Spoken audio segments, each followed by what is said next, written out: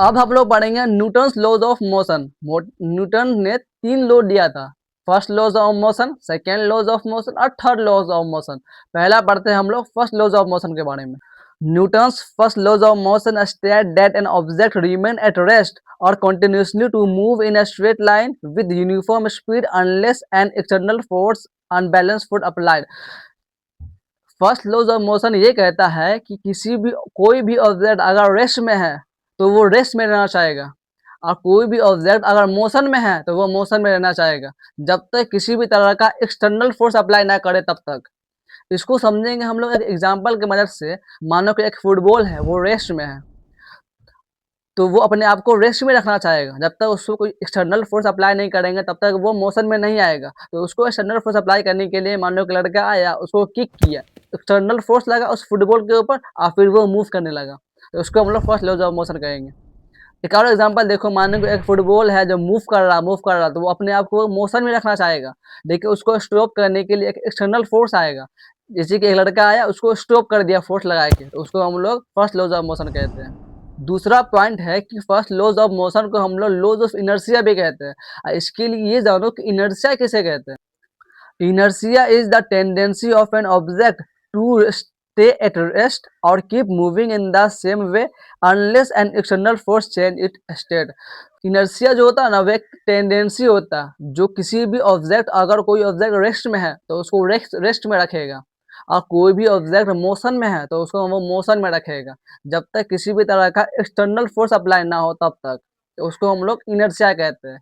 Inertia क्या, एक तरह का टेंडेंसी है जिसमें कोई भी ऑब्जेक्ट अगर रेस्ट में है तो वो रेस्ट में रहना चाहेगा, और कोई भी ऑब्जेक्ट मोशन में है तो वो मोशन में रहना चाहेगा। इसीलिए ये जो इनर्शिया है वो लगभग सिमिलर है फर्स्ट लॉज ऑफ मोशन की तरह।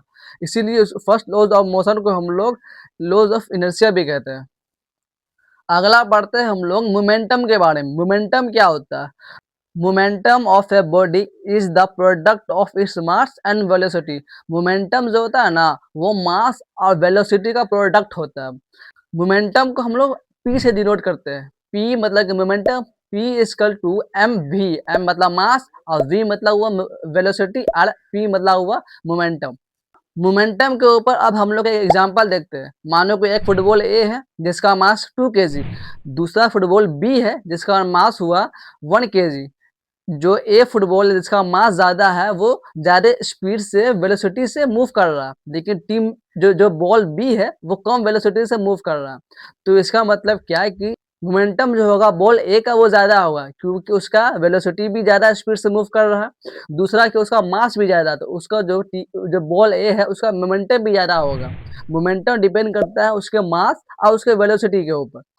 कोई भी ऑब्जेक्ट जिसका मास और वेलोसिटी ज़्यादा हो उसका मोमेंटम ज़्यादा होगा, या कोई भी ऑब्जेक्ट जिसका मास कम और वेलोसिटी भी कम होगा तो उसका मोमेंटम कम होगा। और जो ऐसा यूनिट होता है मोमेंटम का वो केजी मीटर पर सेकेंड होता है।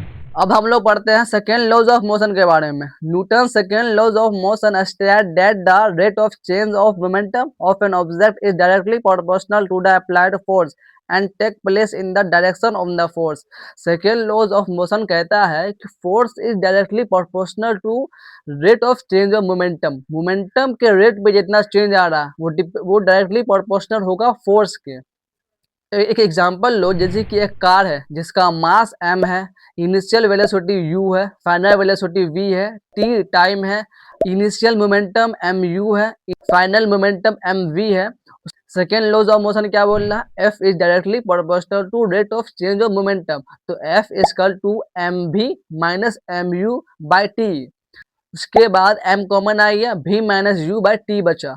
अब v minus U by T क्या होता है? एस्केलेशन का फॉर्मूला होता है, तो इसको हम लोग f is directly proportional to M A भी लिख सकते हैं। अगर ये प्रोपोर्शनल हटेगा तो क्या आएगा? k आएगा। तो अब क्या हो गया? f इजकल टू के एम ए आ गया। k को अगर हम लोग 1 मानेंगे तो आखिरी में इक्वेशन क्या आता है? f is equal to M A. Second laws of motion का फाइनल इक्वेशन आया f is equal to M A, जिसमें से f मतलब हुआ फोर्स, m मतलब हुआ मास और a मतलब हुआ एक्सेलरेशन। आगे हम लोग इस इक्वेशन पे f is equal to M A पे एक क्वेश्चन भी देखेंगे। उससे पहले एक एग्जांपल देख लो सेकेंड लॉज ऑफ मोशन पे। मानो कि एक फुटबॉल है जो रेस्ट में है, एक और फुटबॉल है वो भी रेस्ट में है।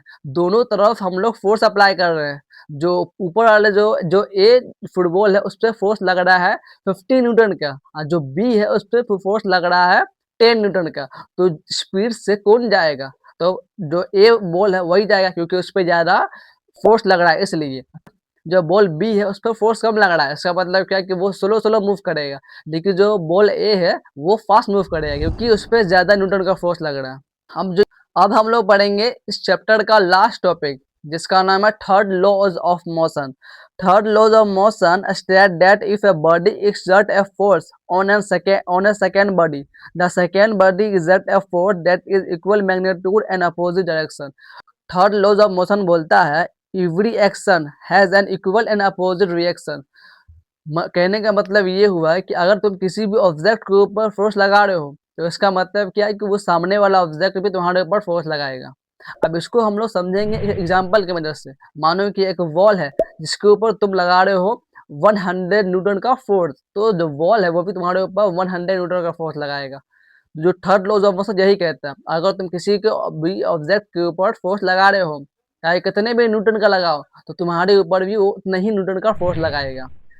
एक और एग्जांपल देख लो, मानो कि वही वॉल है जिसके ऊपर तुम लगा रहे हो 200 न्यूटन का फोर्स, तो जो वॉल है वो भी तुम्हारे ऊपर 200 न्यूटन का फोर्स लगाएगा। थर्ड लॉज ऑफ मोशन यही कहता है। अब हम लोग तीनों लॉज पढ़ लिए, first laws of motion, second laws of motion, third laws of motion. First laws of motion कहता है कि कोई भी ऑब्जेक्ट अगर रेस्ट में है तो वो रेस्ट में रहना चाहेगा, और कोई भी ऑब्जेक्ट मोशन में है तो वो मोशन में रहना चाहेगा, जब तक किसी भी तरह का एक्सटर्नल फोर्स अप्लाई नहीं करे तब तक। सेकेंड लॉज ऑफ मोशन कहता है F is directly proportional to rate of change of momentum. Momentum में कितना चेंज आ रहा है वो डिपेंड करता है फोर्स के ऊपर, जिसका हम लोग इक्वेशन निकाले थे जो आया था एफ इक्वल टू एम ए।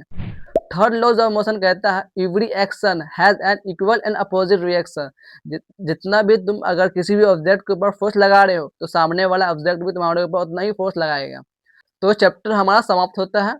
किसी भी तरह का डाउट हो तो मेरे को इंस्टा पर डीएम कर सकते हैं या नहीं तो कमेंट कर सकते हैं।